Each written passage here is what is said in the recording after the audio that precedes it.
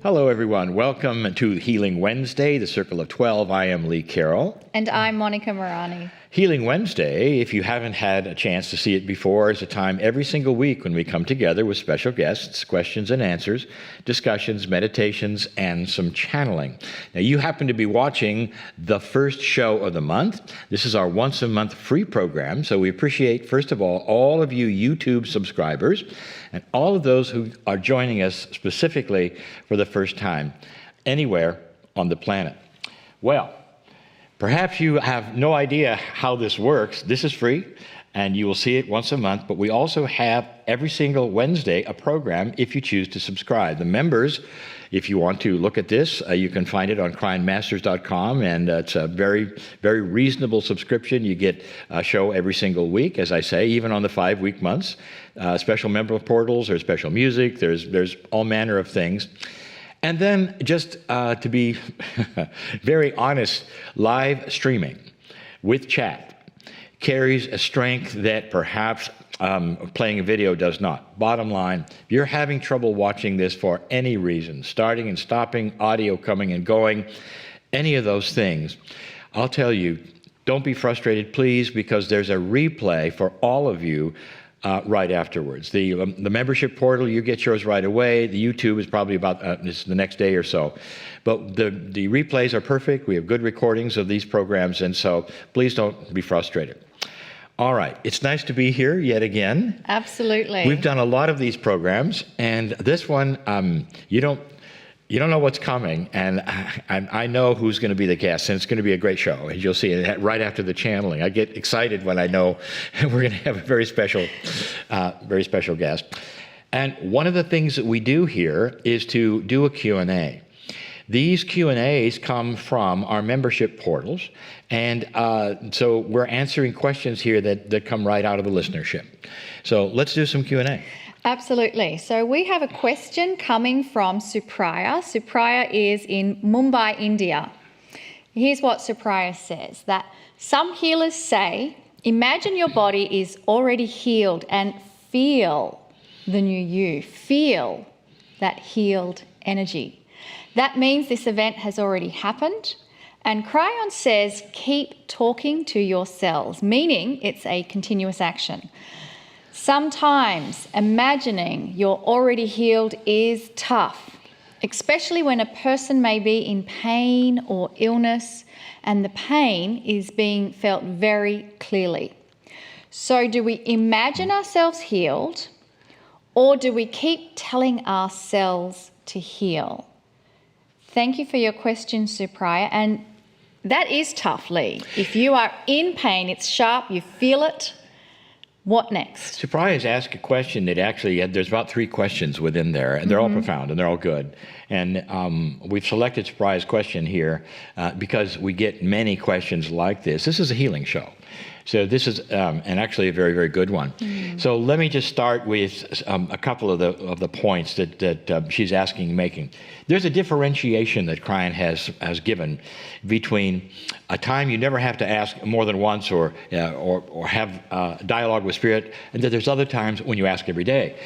And so it's not a conflicting statements at all. One is about your relationship to Spirit. For instance, you're awakening and you're saying, okay, I'm ready to go or whatever. That is a one time. But most of the work we're doing and the healing work we're talking about is a relationship to your body. Now, we have said this before, and we're going to continue to answer her question. But when you have a relationship going on with another person or your body, you don't just do it once, and you do it every day. And that's not because the body isn't listening. It's not redundant for being redundant. It has to do with a relationship. And we've said this before and given the example that when you have a relationship with somebody, you tell them every day that you care about them or you appreciate them. And you don't just tell them once and remind them that you told them last year. So this relationship with your body requires ongoing work. So it's, I would say this becomes deeper Because one of the biggest questions that we're asked all the time, especially when we did the affirmation cards and Monica produced all those, is it's hard to say an affirmation of how good you feel when you can barely talk because you're coughing. In other words, it seems like it's wishful thinking and really kind of silly when you're sitting there saying, I am a perfect, healthy human being, and yet there is a process, and it's an emotional process. It's a process of wellness. It's well known. It's more than positive thinking, but that has to do with it. If consciousness is energy, you are telling your body, indeed, what you are, even though you're not that yet. It's again just like ordering from a menu in the restaurant. You've ordered from the menu, and you're even salivating because you're waiting, for the salad or whatever, and it's coming, even though it's not in front of you. So it's very similar to that. So yes, you are indeed telling your body and visualizing the way that you expect, or the reality, perhaps not there in 3D, but that isn't there in your consciousness. I have experienced this. I have done this. I have healed myself. And I've given the story before with my eyes where I could actually see the healing when I couldn't see and I was claiming I could. So yes, this is the way it works. And the healers are right to tell you to imagine it as healed. Second phase, pain. This is the tough one. When you have pain of any kind, it's really tough to then say you don't. So, is it denial, or is there more to it? I want to turn to Monica here. You have, because you're the archivist and you remember these things, we have had some healing people on the show to help with this one. Yes, I want to remind you that we've had Dr. Norman Shealy, who is the founder of Holistic Medicine. He was on an episode on January 6, 2021, which was also a free show. You can find out more about Dr. Norm Shealy, who was helping people that were in chronic pain. We also had featured for our members Deborah Wayne. She is the founder of the Chronic Pain Institute, and she has helped thousands of people move beyond chronic pain. Her episode was on March 24 of 2021. But I invite you to just go and check those people out and find out for yourself. There are many healers and specialists that will help you move beyond this point. And I want to just point out with affirmations, because I love affirmations and I use them, but they're simply a tool that you use with a whole bag of other things. So if you're in chronic pain and you say an affirmation, it's almost like you're kidding yourself because you're feeling the pain. The other things we've learned throughout this series of Healing Wednesday episodes is that our body is a messenger. So the body sends messages to us, and if we start looking at what is the message behind the pain, then we're actually on a process of discovering more about this. So I want to turn back to Lee because he gave the example of his eyes and using the visualizing healing. Mm-hmm. But if we just analyze the fact that they are messages to us, I think that would be helpful for you to share. You got your own personal insight and message from Spirit about what that whole issue with your eyes was about. It was hard for me because I was told, if you will visualize perfect sight, 2020, even though the doctors don't expect it, and they didn't. And here you are seeing things that are not 2020, but you're visualizing it as though it were. I woke up one day and I looked out and I could see all the stoplights in the street to infinity, little pinpoints of light. Mm-hmm. And I just put my hand on my heart. It says, thank you, Spirit. Thank you, body, because it worked. It did. Yes. You know, this is not a lot different than what a homeopathist does with a tincture. But they're having a tincture of wholeness and wellness that you give to your body, and it's a message. It's a signal. Yeah. So you'll find this in many, I would say, aspects of the healing work. Yeah. Let's go to another question. Yeah, and just bottom line, if you're in pain, Yes. there is hope. There is hope. Please know there is hope and there is help. You just need to find and connect with that person that's going to help you the most. So let's do one more question. And this one comes from Garnet from Sedona, Arizona. Garnet is asking, what has Kryon said about monetizing gifts given by spirit? And I love that Garnet responded by saying, I really want to elaborate on my inquiry, but as requested, I'm keeping it short. And that's why we've chosen your question. Lee, how do we deal with monetizing the gifts from spirit? Garnet's she's got a short answer, and She or he, a short. we don't know. She's got a short question, a long answer, which is very typical. You know, in this particular time, right now where we are, we have so many who are used to a certain kind, I would say, of reality. YouTube costs nothing for you. Facebook costs nothing. And so people are expecting almost everything you might have to give for free. You can go to YouTube, for instance, and find out anything you want to, get instructions for anything you can conceive of from people who are never teachers, now teaching. There's so many things, and they're all free. Now, I'm going to say to, for instance, Garnett, she's not expanding on it, but a gift from Spirit might be healing. It might be channeling. It might be something truly that you are given to this planet to help others. What do you do? This is a big one, and it's a big one for many of those of us who have gifts and the tools of Spirit. One of the biggest things for me was, can I go full time? Can I quit my job and all that? And then I said, well, if I do, I'm going to have to charge some money. And people are not used to that because they can go to church for free. We hear this constantly. Why should I pay anything for a Healing Wednesday meeting, for instance, when I can get the same kinds of things in websites and YouTube and all that? So it is a quandary. I'll tell you how some of us have looked at it and solved it for ourselves. There's two things to think about, and one of them is very metaphysical. If you give it away, if you can give it away and still earn a living and you have time, there's a couple of questions. What is the message you're going to send to the universe? It's worth nothing. I'm telling you, this is very, very real. So you've decided you're going to take this gift and give it away. You might say, well, wait a minute, that's a very altruistic thing, and that's beautiful. The universe will love you. You're telling the universe that there is no remuneration, and it's not worth much. That is the signal you're sending. Like it or not, that's the signal.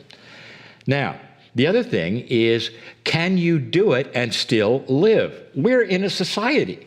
So you might have a gift and you'll say, I want to give it away. I do. I don't care what you say, even if it gives the wrong signal to Spirit. I would love to give this to everybody. Unfortunately, I have to pay the rent. Now, that is a very real situation. Not everybody does. You might have a provider, in which case you can go and do whatever you want to. But if you're your own provider, you've got to pay the rent. So how do you then do this thing that walks between two worlds of the spirituality and all of the message that you'd like to give out, and at the same time, you're going to have to pay the rent? I'll tell you the way some of us have done it. In fact, more and more have done it. I started many, many years ago understanding this and did it, and here's how I did it. Kryon told me very early, he said, every single channeling should be free, period. Don't charge for channeling. So I had that message very clearly. And I said to Kryon in the shower, I said, if I'm not going to charge for this, how do I pay the rent? He said, the channeling should be free. Your teaching around what you know and what you can do, you can charge for. So you can see how I solved that. Now, not everybody has that kind of a thing. So what we're seeing is this. It's a balance between free programs and paid programs. Most of my friends who are channeling and for healing and giving programs have a segments that are free for everyone. And they don't water them down and give you a little, they give you a lot. And so our free programs are our best speakers, and they are given to you, and then we earn our living from the other things that we do. Meanwhile, all the channels that you hear are free. Do you see how we walk this line? So again, the answer is everyone is different, but in my opinion, that there should be a free complement. And if you also have to earn a living at the same time, charge for then what you do, what you teach. Is that I think that's a beautiful... confusing, or is No, it's a beautiful answer. Yeah. Money is simply energy. Yeah. And it is about how we are exchanging the energy and what value do you put on that energy and how do you attract that energy to you. So that's very good answers of how you navigate. And thank you for your question, Garnet. I think now we're going to move into a meditation and a channel from Kryon. I invite you to close your eyes and take a deep breath in through your nose, out through your mouth. And as you relax, tune in a little further into what's happening in your body. Are there any areas that are sending you a message? Perhaps there may be a pain somewhere you are feeling in your body. And if that's the case, what is it that area of your body wants to say to you in this moment? And if you are in a very pleasant space without any pain, I invite you to tune in to the energy of your heart. What is it that your heart wishes to say to you? And just allow a moment to hear that message.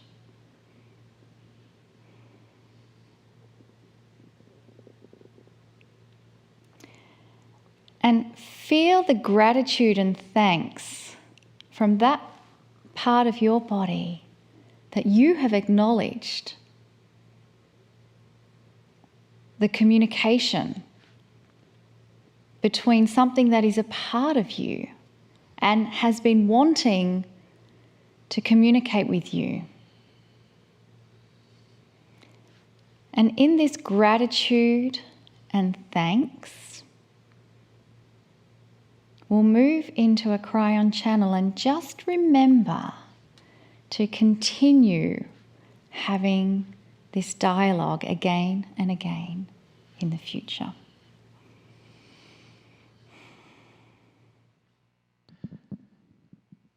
Greetings, dear ones. I'm Kryon of Magnetic Service. I come to you every single week with messages.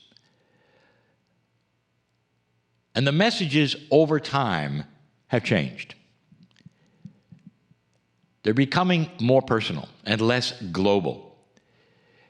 If you take a look at the transmissions, if you want to call it that, the messages from the books of 30 years ago, the first one was global.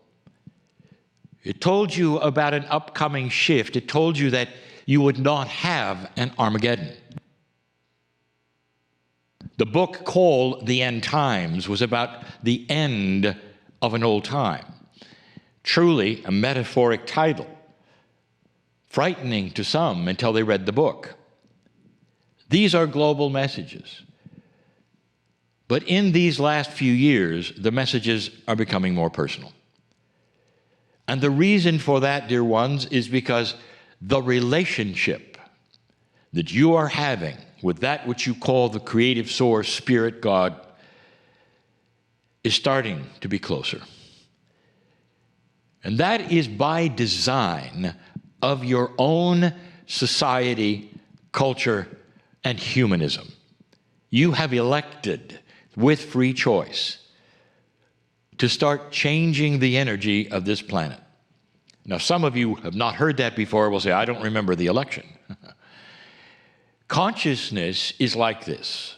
When 1 billion people or more at some level start to understand integrity, transparency, truth, compassion, kindness, and they look in their society and they realize that there's a lot of broken things. As you look around today, right now, in your societies, wherever you are on the planet, are there broken things? And you might say, well, of course, there are always broken things, but now you're doing something about it. Did you notice? That is what I speak of. It is becoming more personal. Quite often, we give you a theme for the month, for the 4 channels that will occur, the 4 messages that will occur. All of these messages will be free to everyone. This month, the message, personal, practical, and yet to some very difficult.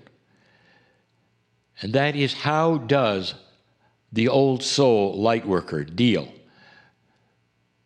with ordinary things? And I have selected 4 ordinary things that are difficult for old souls and light workers. And so it is practical, and you'll recognize some of these things, and there are instructions I have given, some in the past, some far in the past, and that I will revive again so you can hear them even now and today. What I give you, I hope you recognize. Because as you start to awaken, I use that term not loosely. An awakening is coming out of a slumber. In fact, sleep is a type of a reality. So as you awaken out of that sleep state and you open your eyes, this is the metaphor for the old soul in a new energy starting to become aware of things around them that they were never aware of before, including a grander truth. We've said this many times. There is a grander truth. There always will be. The more you truly find out what is happening with your soul energy, about the system of your soul, about things that are not exactly as you were told, the more you find out, the greater the awakening. That is what we will call a grander truth. And we've given you many, many metaphors. But what this does is create a different scenario or a paradigm of living. Because you wake up and you realize things are more difficult. Because around you is an entire planet that may not share your awakening. Old souls with hundreds of past lives are starting to awaken first. It makes sense. In the school, you might say, of experience and expression, you go through hundreds of lives, you come in every single time with an Akashic remembrance and a knowledge of what you've done and where you've been at some level. That's what makes an old soul an old soul. So the first one of 4 of dealing with what we will call ordinary things for extraordinary souls like you, the old souls, will be this: dealing with the consciousness around you. Now that includes everything. In the 2nd, 3rd, and 4th messages, we'll talk about dealing with family. We're talking about dealing with workplace. We're talking about dealing with culture. But this is general. How do you deal with the consciousness around you? Now, there are some specific instructions that we wish to give to you. But let's first define it better. Dear ones, suddenly does it hurt your heart to be with scenarios that you've always been with friends perhaps you've always been with, and suddenly you're realizing what gossip does. Suddenly you're hearing complaining. You were always so part of it, And it was so normal because it's what human nature often does. There's no evil there. There's no dark energy there. It's simply a lower consciousness, dear ones. But suddenly, you react to it. And so you are no longer then wanting to contribute to the gossip or the complaining or any of the other things which seem to do nothing but pull everybody down into a dark hole. You wish you could bring up enlightening things and positive things. And if you've ever tried in a group which is invested in gossip, they simply look at you, don't say anything, and move on to the next gossip subject. It's tough. It's tough. What do you do about that? I will tell you there are those who say, well, you remove yourself, of course. And there were days in an older energy when that's exactly what you did. Well, I'll never do that, so I won't be their friend anymore. And so you remove yourself. Dear ones, don't remove yourself. And this is the new information. Here is the premise of the old soul on earth. Are you listening? The reason you're here, are you listening? You exist right now for a remembrance in your Akash, your remembrance of your Akash, of the light from the other side of the veil. You are here to mirror the splendor of spirit.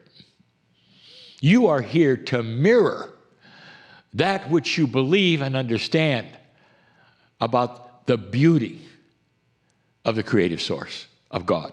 That's why you're here. You are here to be a walking example of positiveness, of kindness, of compassion, of being able to heal yourself amongst the friends who may never see it, or they might. So you're around those who are gossiping. You're around those who are complaining. Number one, don't chime in with what they want you to say. You may say nothing, but you would hold a positive attitude. Even if you don't say much, they'll understand over time you're not saying much. They may actually turn to you at one time, say, you've changed a little. You're not saying much. And at that point in time, you understand that you're still in love with your friends and they're in love with you. They're friends. And you're not going to say anything to them or at them that would change that. You're not going to oppose them or tell them they're wrong. Instead, if you're asked, you might say, I am more comfortable today than I ever have been. I'm seeing some positive things on the planet. And you might then have a list ready. This has happened to me. I've seen this and that. And I know it's a tough thing, but that's why I'm not saying much. And then at the same time you say, but I love being with you. Thank you. Do you see the wisdom in this? Suddenly, you are mirroring the grandness of what you believe. There was a time, dear ones, when if you were too spiritual, you removed yourself. Let me give you an example I've given many, many times. The shaman in the village, in the indigenous, in past times, almost always lived alone. The shaman in the indigenous, in past times, in past energies, almost always lived outside of the village alone without a partner. Alone, outside the village. Have you ever put this together? Because they were so apart from the consciousness of the village that they had to remove themselves. They also felt that by removing themselves, it made them somewhat more accessible for those who needed help, because they would go see the shaman. And the shaman, of course, was an elevated entity. They could heal, they could advise, they could do all of these things. Sometimes they even worked for the chief of the village as shamans, but they were isolated and often alone. One of the attributes of a light worker in the past, even as little as a decade ago, was to sequester yourself and don't be part of society. This also was an invitation to become a little strange. And you know what I mean. There are those who still today say, I'm going to show off what I believe in past lives and meditation and all the things that I believe in that are spiritual. I'm just going to do them no matter what anybody says. And then suddenly you find yourself alone. Can I say it again? Being weird, being different, being too woo-woo helps no one on this planet. Did you hear that? Feel free to disagree, but then think about it. Integration with kindness and compassion and wisdom is the goal of the old soul. Not being strange, not removing yourself, not being so odd no one wants to talk to you. How does that help anyone on the planet but yourself? It doesn't. So the answer about being in an old energy when you are in a new one is integrating with wisdom without combating the old energy, but fitting in a grand way. And don't be afraid that the negativity will rub off on you, dear ones. And we've talked about this before, because that bubble of light you have keeps you protected. Only purity and benevolent things are yours at this time. That's lesson 1. I'll see you soon. And so it is.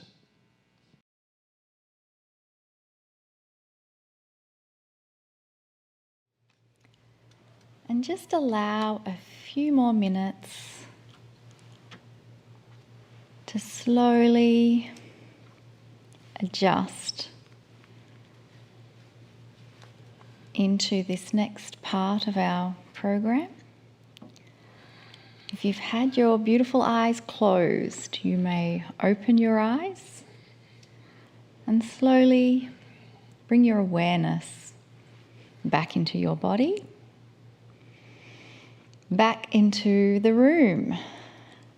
And now that you are fully present in your body, in the room, Lee and I are extremely delighted with the range of speakers that come and join us. And Lee, I know you are absolutely excited about today's guest. I am very excited about today's guest. Yes, I am. So we have joining us SUZANNE Giesemann. Now, SUZANNE, are you there? Yes, I'm here. Wonderful. So let's tell the folks all about SUZANNE. This is the going to be the short version of the bio. There is so much to know about this woman, and it's a dichotomous kind of a thing. And this is where I'm very excited to bring you something that truly is special. SUZANNE Giesemann is a retired U.S. Navy commander who served as a commanding officer and specifically as an aide to the chairman of the Joint Chiefs of Staff. I'd like to say that about 5 times, because now we're getting into some very, very high stuff. I happen to know a story, and she probably won't have time to tell it, and that's during 9/11, where she and the Joint Chiefs was on their way to Europe on an airplane, and when they got the message, they turned right around, came back, and actually flew over New York and saw what was going on there. So she's probably have a lot of things to say about that time in her life. She served tours in Navy intelligence, taught politics, or political science actually, at the U.S. Naval Academy, had overseas assignments in Panama, Japan. Her military decorations, if you know anything about these, I hope you do, include the Combat Action Ribbon and the Defense Superior Service Medal. Now, SUZANNE is a messenger of hope. She offers the awakened way, which is a path to knowing who you are and why you're here. Whether it's in her books or recordings, her classes and workshops, her weekly radio show, or her one-on-one sessions, SUZANNE's evidential communications with the spirit realms provides stunning evidence of life after death. Now, as we said previously, she's the founder and teacher of the Awakened Way, a path to knowing who you are, why you're here. And this all deals with consciousness and our interconnectedness. Suzanne is the author of 13 books. She's been a keynote presenter and speaker for organizations including Edward Casey's Association. Oh, Edgar. Edgar, not Edward. We don't know Edward. We don't know Edward. Who's Edward? No, We don't know him. Right. Edgar Casey's Association for Research and Enlightenment, the Academy for Spiritual and Consciousness Studies, the Afterlife Research and Education Institute, and the International Association for Near-Death Studies. Now, are you having trouble putting these things together with what I told you to the beginning? Many people do, and that would be the very first question that I would ask you, and I know you've had to answer it perhaps hundreds and hundreds of times, Suzanne. What happened to take you from a U.S. Navy commander to spiritual teacher and medium? Well, it was a major wake-up call, but I do have to say that after that introduction in my bio, I guess I'm not allowed to slouch, huh? Yes, yeah. Oh, gosh. I was just thinking about that this morning, actually, about how it often takes a wake-up call to awaken to the greater reality. Because as I listened to that biography, I had to remind myself again, that's my story. But I know now it's not who I am at the ultimate level. And we have to have a story, and I'm very proud of that one, but it was not without its pain. And that's what caused the wake-up call. It was when, well, let's just backtrack a little bit to 9/11. Being up close and personal that day, going back to our office building, the Pentagon, with this gaping hole in the side, as I stared at that with the head of the U.S. military, right, standing side by side with him, I just started saying, how could those people who were there one minute sitting at their desks be gone? Why were they there and not somebody else? What is this all about, to have your life cut so short, so quickly? And I started asking those deep questions, but I did not find satisfactory answers. And I really didn't like dealing with the grief of so many people around me there at the Pentagon. So I retired with exactly 20 years to the day since I took the oath. And my husband and I went off sailing in our sailboat. We decided to live our dream while we could. And life was idyllic. I effectively ran away from all that tragedy. And then life caught up with me because I can see now I had a different path to follow. And it's this one. And while it was an honor to serve the way I did, there's no honor that can compare to the work I'm doing now. But if anybody had told me when I wore a uniform all those years, very left brain, logical, analytical, that I would be a medium and a mystic and a teacher of these things, a daily channeler of wisdom from the higher realms, I would have just laughed. I said, who are you talking about? But that wake-up call came when we got an email on our boat. We had sailed across the Atlantic. We were off Croatia. And it wasn't like email today. It came through our single sideband radio. This is 15 years ago now, this last week, in fact. And it said, phone home, it's important. So we actually had to sail a day to find a phone. It's not like today. And we stood there thinking something big was up, and it was. It was the news that my stepdaughter, Susan, who was a sergeant in the Marine Corps, had been struck and killed by lightning while crossing the flight line at work. And she was 6 months pregnant at the time. So all of the tragedy that we ran away from on 9/11, I ran away from. I couldn't run away from this. So now I really had to ask those questions. And I got answers. You must have had some very profound answers.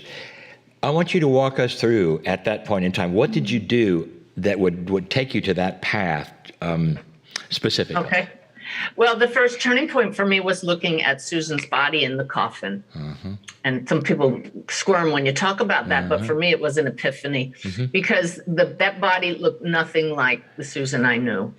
And I just stood there in shock saying, that's not Susan. That's not Susan. So then where is she? Because you clearly can't kill that spirit because that spirit's gone from this body. And I being very mission oriented, set the goal in that moment, I'm going to find her. Wow. I've heard about these people called mediums.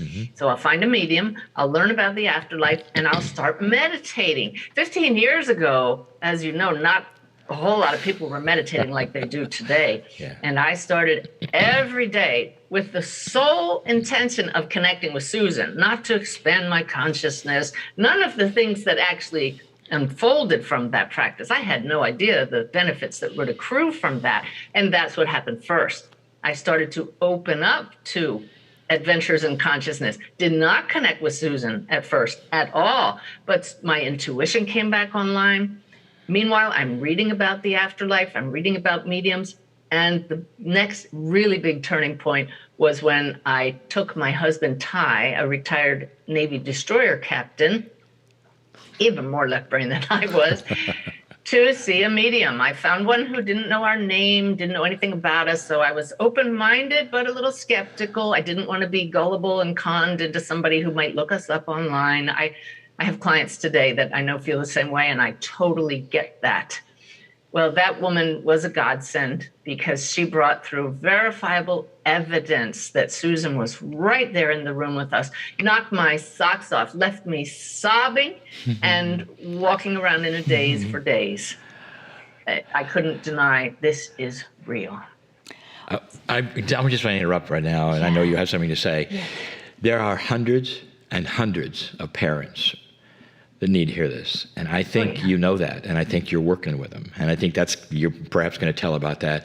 That is the best news any of them could ever have. Thank you so much. Well, it is the best news. This is all about healing, your program. That's and right. There's nothing more healing than to find out that, okay, I understand I can't get their physical body back, but you mean I can continue to have a relationship with them, not just when you're talking to a medium, but ongoing. Now, we don't need to get into how I discovered I'm a medium, but it's all a result of the meditation and the desire to do so. And so once I discovered that anybody can connect with their loved ones, I was all in. I was starting to get that same kind of evidence myself. And now when I do readings for people, I ask the spirits every time, tell me something going on in your loved one's life now to show them you are still part of their life.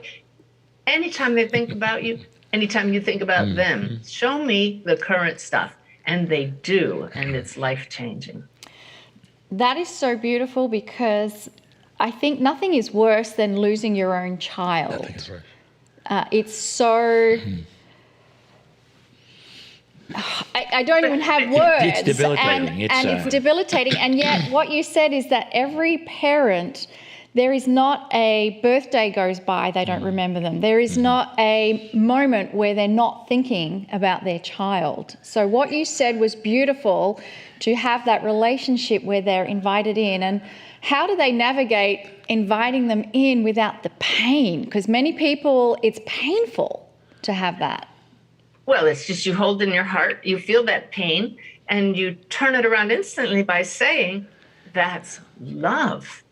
And now with the awareness that they're still here, that they're with you, you change your mindset and understand you don't move forward without them. You move forward together. You ask them to be part of your life, to put insights into your mind that come from them, to continue to give you signs that they're around. If you're not aware of the signs, you don't notice them. But once you start to catch on to how your loved one communicates uniquely with you, it becomes an ongoing relationship. And I totally agree with you, Monica, what you said about the worst thing that could happen. And yet, over the years of connecting with people who've had loved ones pass, for the person going through the grief, I may not have had the kind of relationship with my mother as other people do, but some people grieve their mothers or their fathers or their dog or their cat as much as other people grieve children. So I've learned to not even compare one loss to another because love is love. Yeah, absolutely. One of the things that I love about your work, and only because I've come from an engineering background, is that you insist on evidence. Tell us more about that. You got some examples? I do, and who am I insisting on it from? Those in the spirit world. So I know that they know I do it with love, and that I ask for it because they know I wouldn't do this work if they didn't give me some really good evidence. That's right. One that pops to mind right away is the young man who took his own life. His mother's sitting in front of me. I don't know who she wants to hear from, but I sense right away, oh, you have a son across the veil. Yes, I do. He's showing me he took his own life. So that's evidence right there when I don't know it. But the real evidence just keeps flowing when he says he jumped off a bridge. His mother says, you want to know? Yes, he did. And do you want to know where? I said, no, he's right here. Let me ask him. He says, it's the Verrazano Bridge in New York. Yes, that's it. And he says that he was bipolar because he's showing me a symbol I have for that. Yes, he was. He tells me he wasn't taking his meds because his girlfriend didn't want him to take them. You see how these are things I couldn't know. Now, skeptics might say you're just reading his mother's mind because she's thinking about him. And I'll tell you, that is possible that a medium can pick up on thoughts and memories. But this is one of my favorite stories to share because what happened at the end of that reading shows this is not mind reading.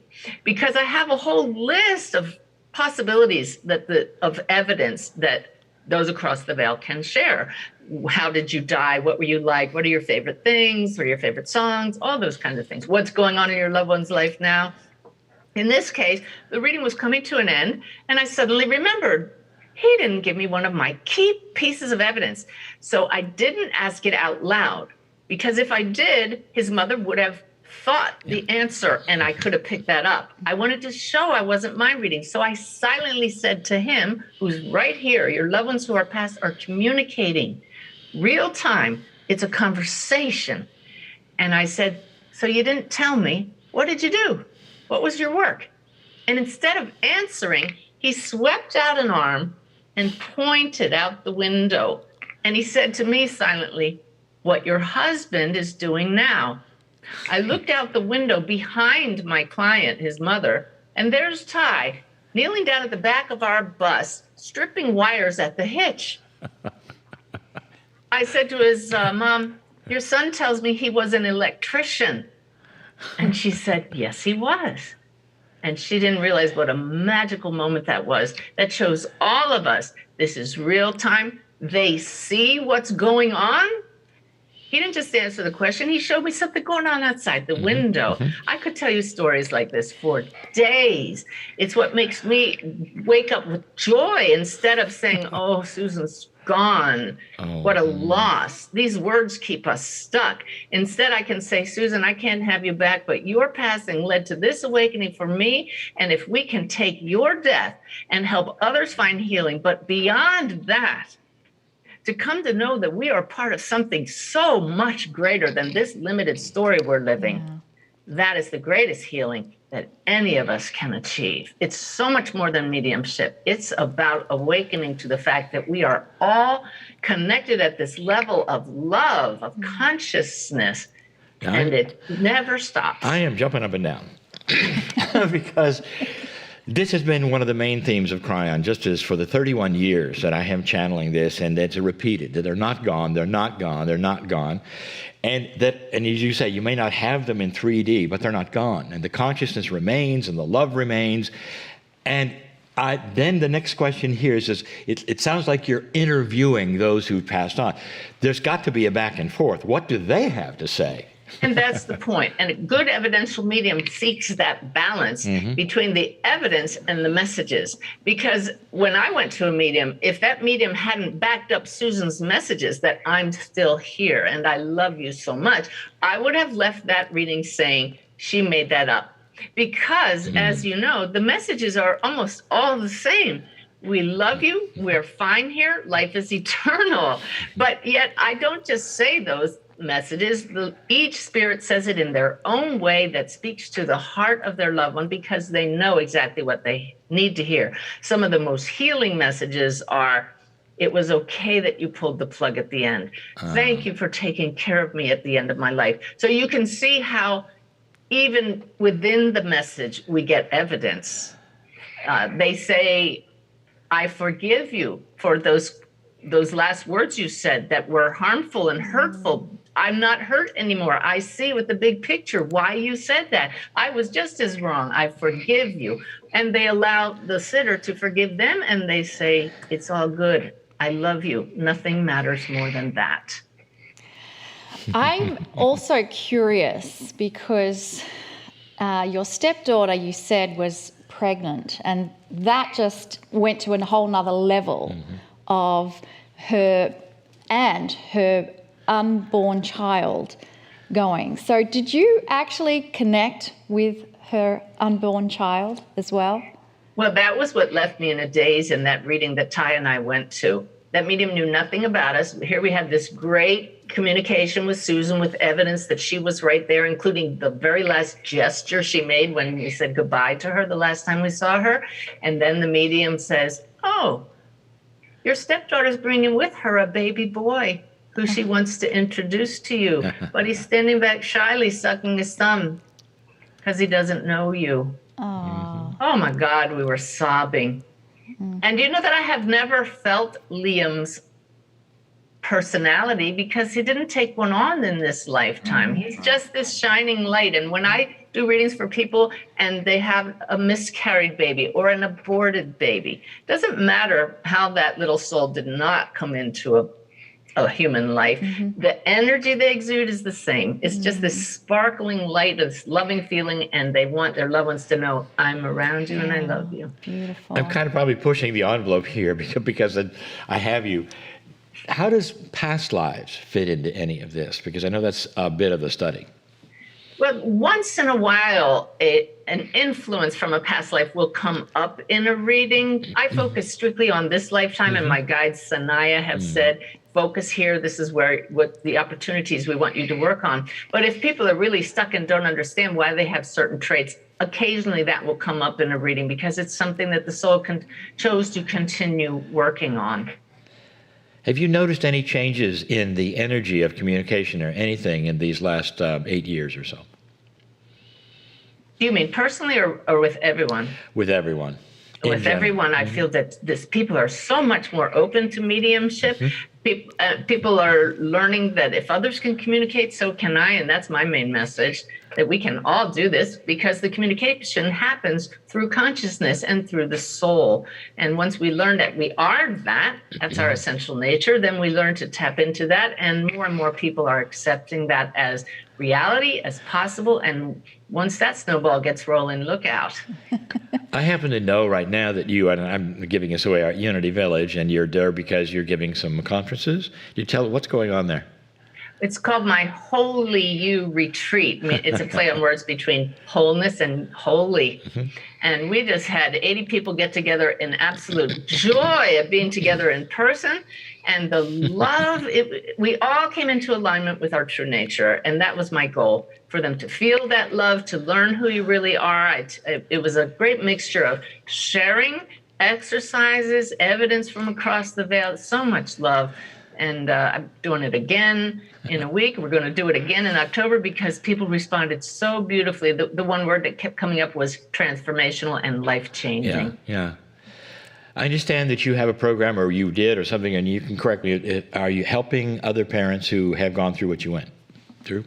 Well, I always support the group Helping Parents Heal, beautiful nonprofit organization, and I support them by talking to the parents in webinars and in person for their meetings and at their conferences.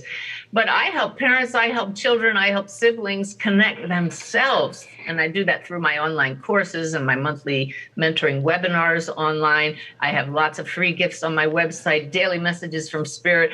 This is my mission. Ask my husband. It's a burning desire in me to just, whatever Spirit gives me, I immediately share with everyone. And the beautiful part is, as we said, it gets better for everyone around us, but mediumship always gets better for the medium when they're dedicated to this.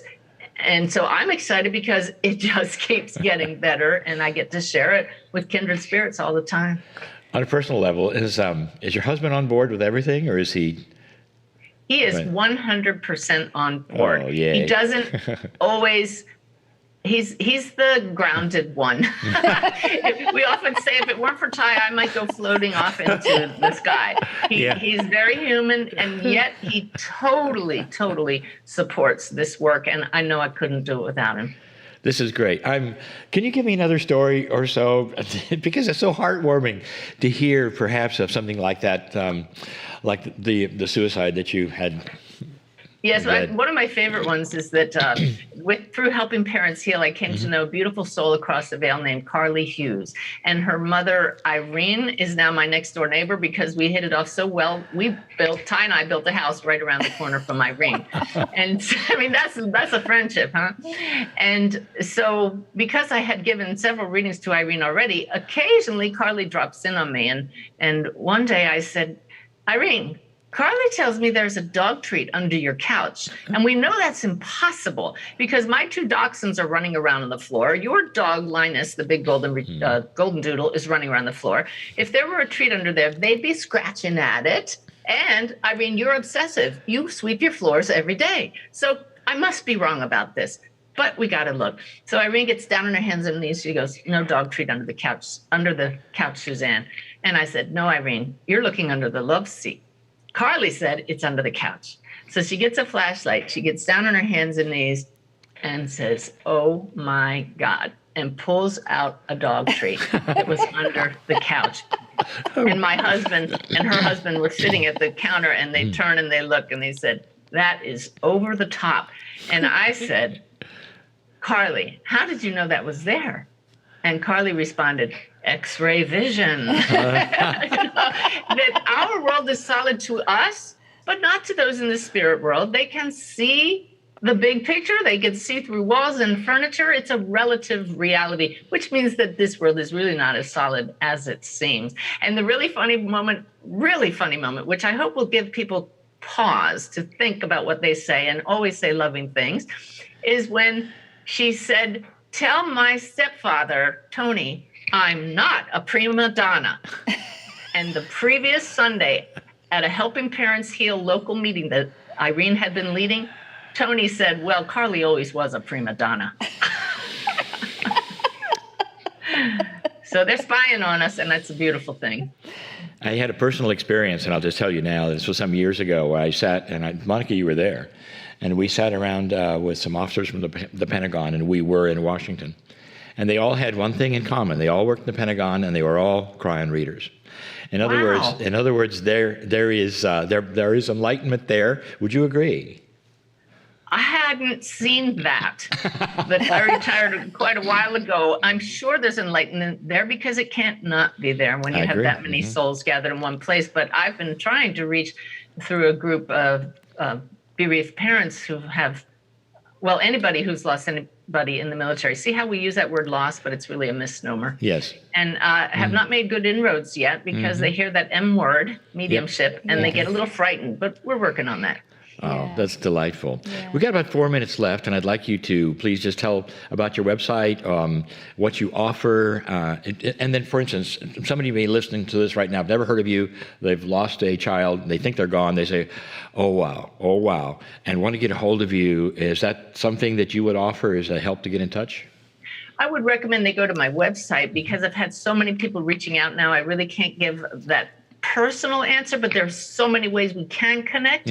SUZANNEGIESEMANN.com is the website. I would say the first place to start is at my frequently asked questions page, which is just an incredible treasure trove of answers and resources.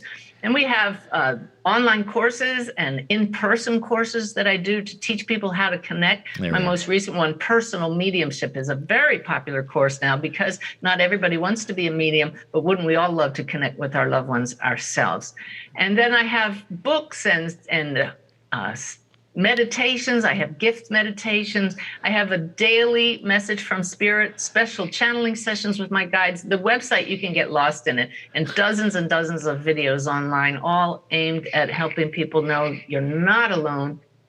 Your loved ones who have passed are still right here, and you are so loved. This is probably one of the most healing things I think you could offer anyone. especially those who have had any what you call loss. Anyone who's passed, especially early, especially if it's your child. And that's why you're on the healing show, as you mentioned it early. And that's what we believe. And that's the healing of the heart. It changes, completely changes lives. And so I'm so grateful that you're here, and so grateful for you and what happened to you that we can hear about. And we can feel for you. And at the same time, we see what happened. What was the name of your daughter? It's Susan. Susan Marie. It's Susan. Yeah. Mm-hmm. And Susan is so pleased with you, my dear.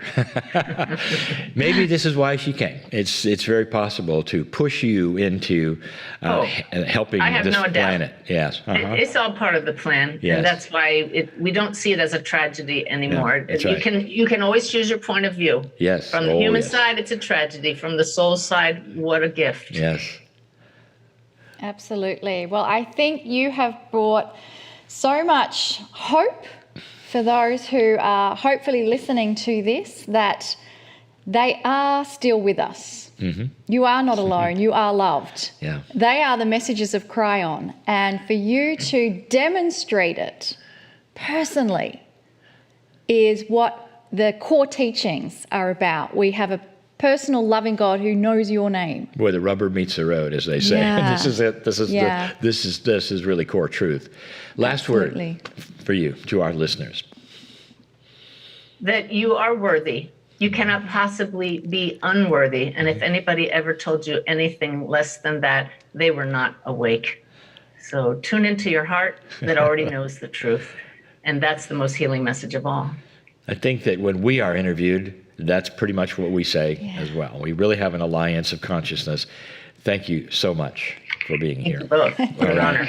Well, thank you, Suzanne. And we are now going to take a 10-minute break, and then we'll see you back for the Circle of 12.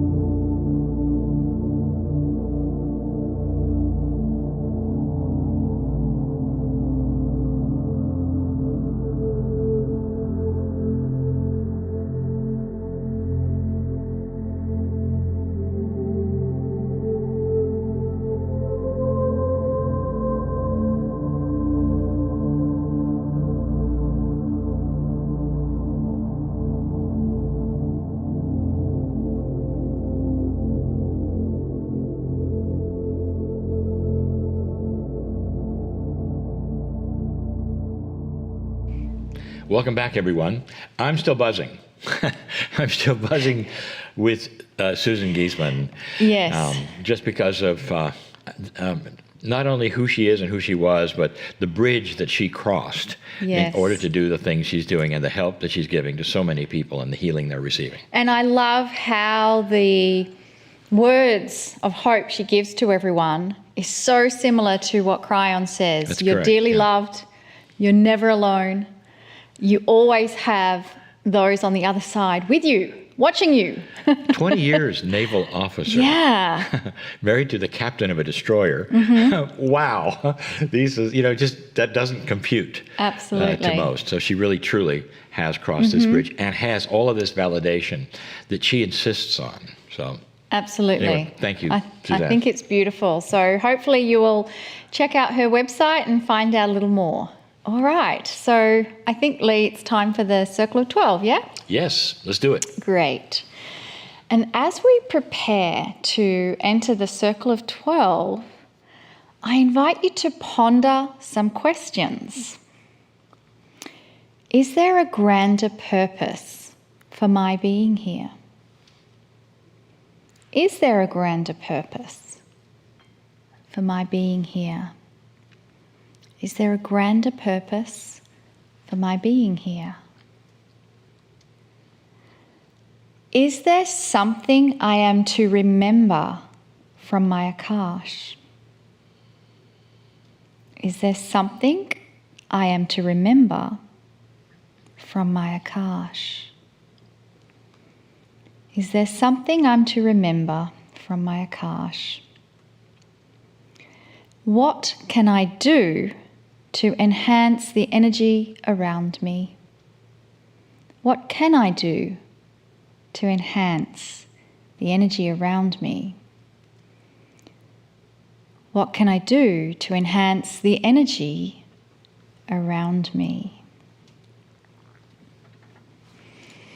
I am willing to receive the answers to my questions, and I give permission to my soul and the Creator to reveal them in a way that I can understand. I am ready, dear Kryon, to come a little closer.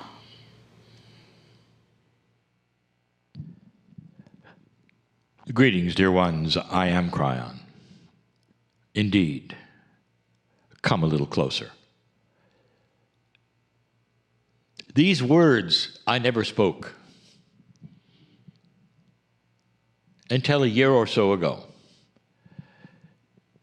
The idea of coming closer to that which you perceive as an entity from the other side of the veil was never in the scenario of the energy or the consciousness of what we do. Always the channeling has been, we come as messengers, filled with love, integrity, transparency, to give you core truths. That was all that we did. All of the books that were written, all of the messages, the hundreds of channelings, all of the years, were simply messages about the planet, messages about what's coming, perhaps, or messages of help for the masses more than anything else, for all of those old souls who call themselves light workers. We developed the term early on as lighthouses, where you stood among so many others, and with your light you showed them the way. But suddenly, we're saying, come a little closer. And that's because the things that you think never change are changing. What is your perception of that which you believe is static? God never changes. Spirit never changes. That creative source, whatever you want to call it, is forever unchanged. Therefore, It is what you would call stable, static, and you're not aware of something. You go through life, you learn about this, whether it is in your spiritual group or your doctrines or your metaphysics or whatever, you learn the rules.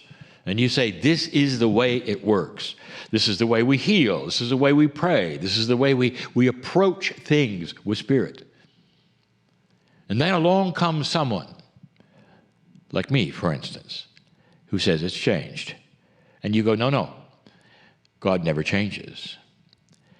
And this again is when I tell you, look at me, when I say to you, the relationship between us has changed.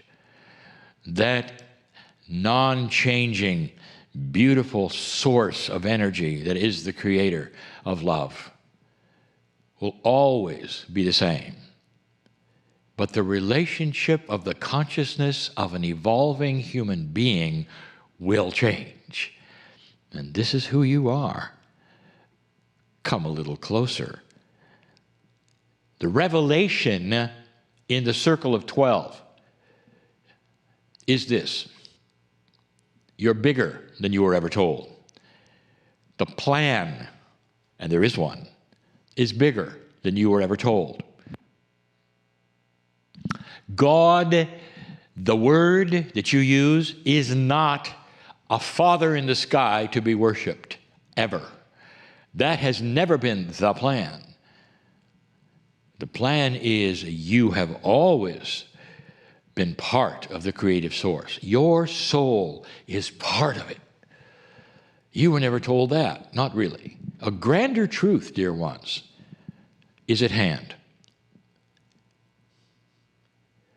The truth is so grand that it goes so far beyond anything, truly, that you can imagine.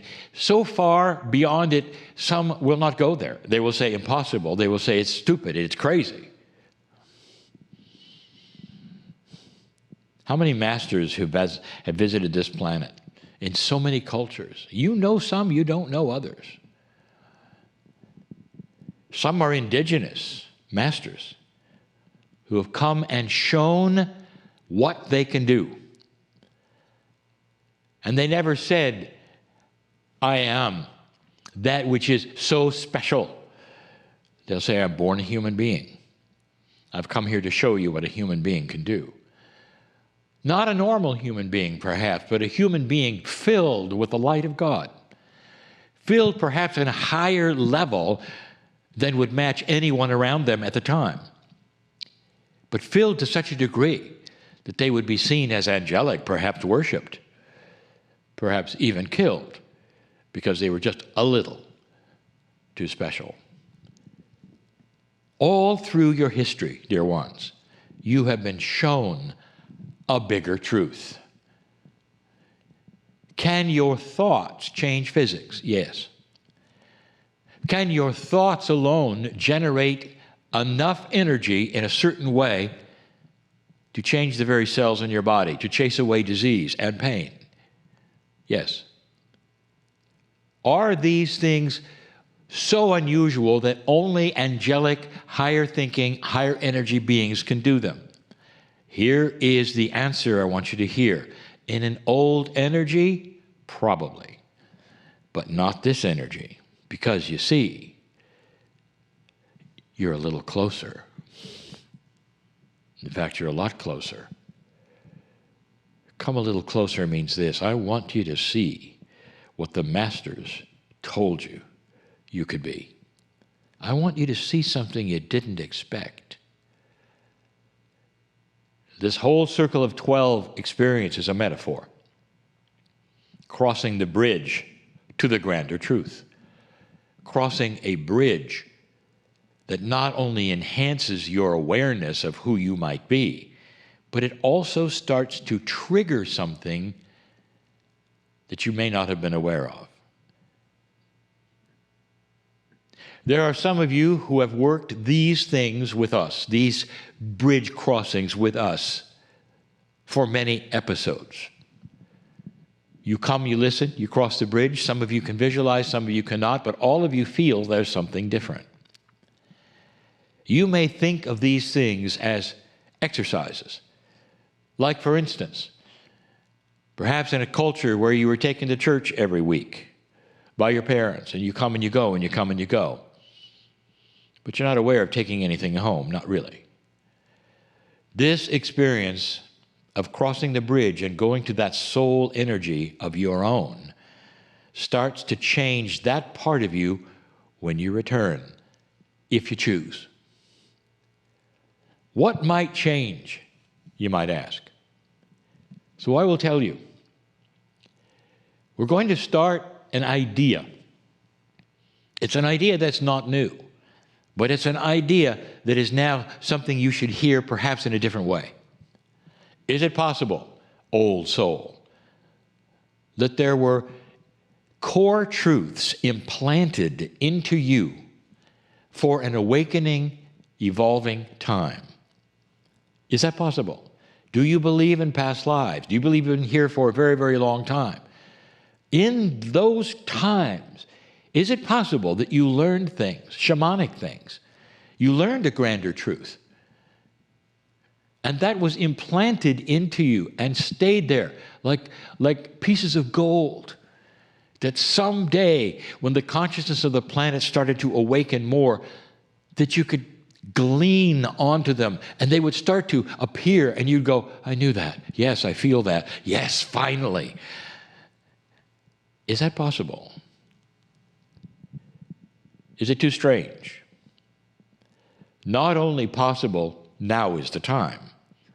Indeed, some of you are starting to awaken to grander truths. Today you were exposed to one, a big one. The commander, Suzanne, crosses the veil on a regular basis. She is so aware of stepping across the bridge. Now it is second nature to her. She speaks of it as though it is her constant reality, and it is. There's no ceremony.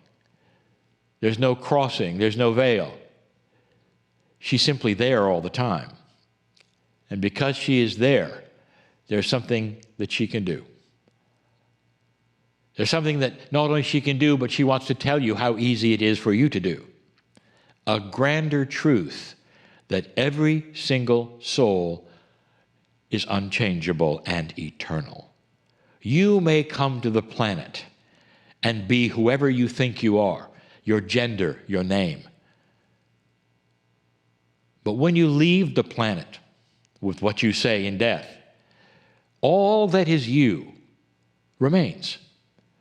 You step across the veil where you came from. You go home. Earth is temporary. It's a vacation. You can laugh. It's a tough vacation. But it's not where you belong. You belong home. And so when you lose someone in this temporary time, that 3D part of you says it's forever.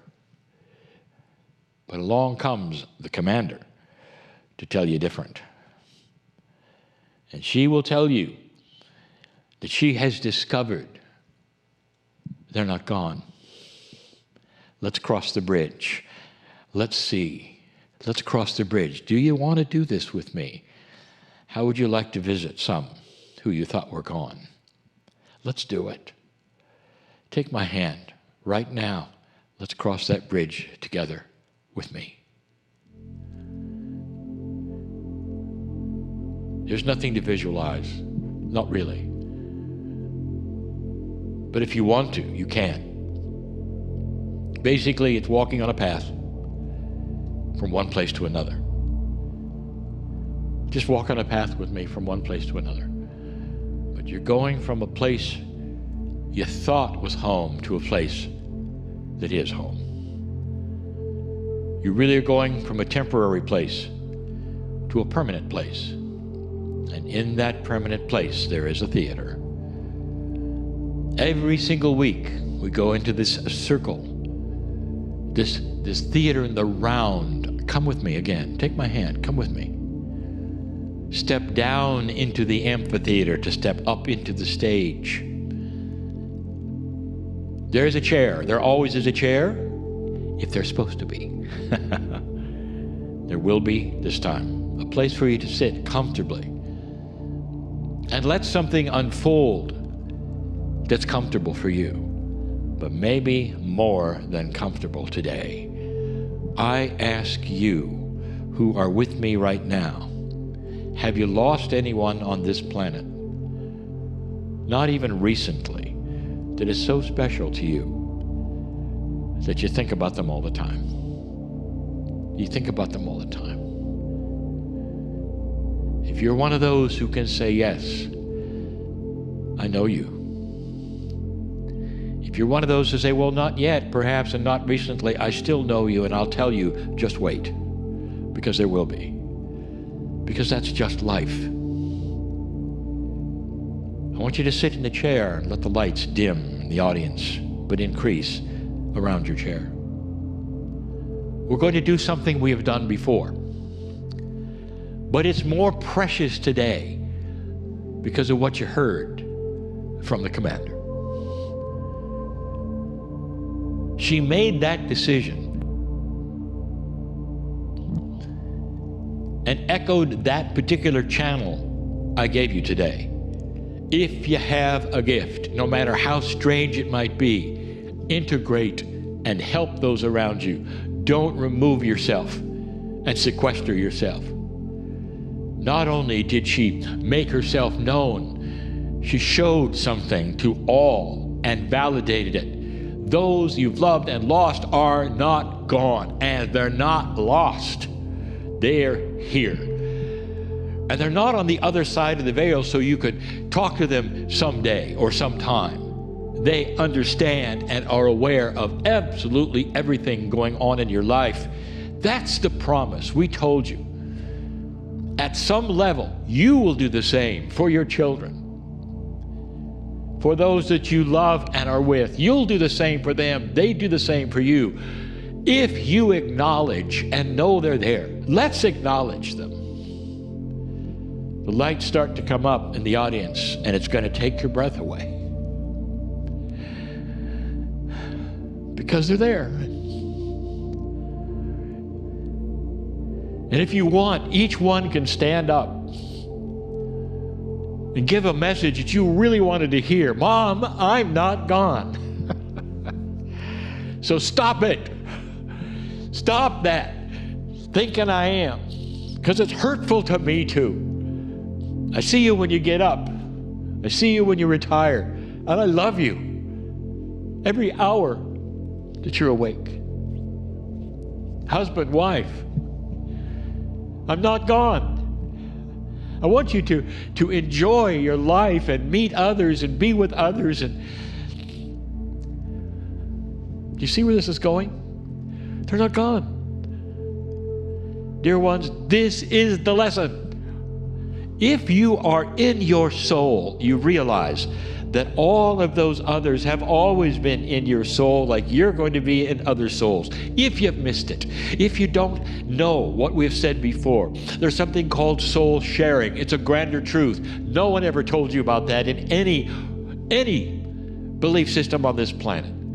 You've always been individual, so you can be rewarded or punished. Do you understand how simplistic this is? You've always existed as your soul and will ever be your soul, so you can be rewarded or punished. Does that really sound like God to you? Or does it sound like something men made up to satisfy something that they feel is right and wrong? Instead of a soul that shares with others, family, like the creative source. You make agreements to come and go, and you come into this planet and you leave this planet at certain times, and you never are gone. Sit in the chair for a moment, right now. Sit in the chair. And I want you to meet those you thought were gone forever. And I want you to smile, and if there are tears, let them come. And know that there's a grander truth, and that will be the best healing you have ever had. Ever. And it starts your body chemistry moving with joy. And you'll live longer if you believe this is real. And when you get out of that chair and it's time to leave this circle of 12, I'll tell you, these things stay. And you begin an awakening process that has nothing to do with returning to that chair. You see, you've changed. And it stays with you. And so does the healing. I am Kryon, in love with humanity. I want you to know this grander truth and understand you are in a different time. Indeed, lighthouses all. And so it is.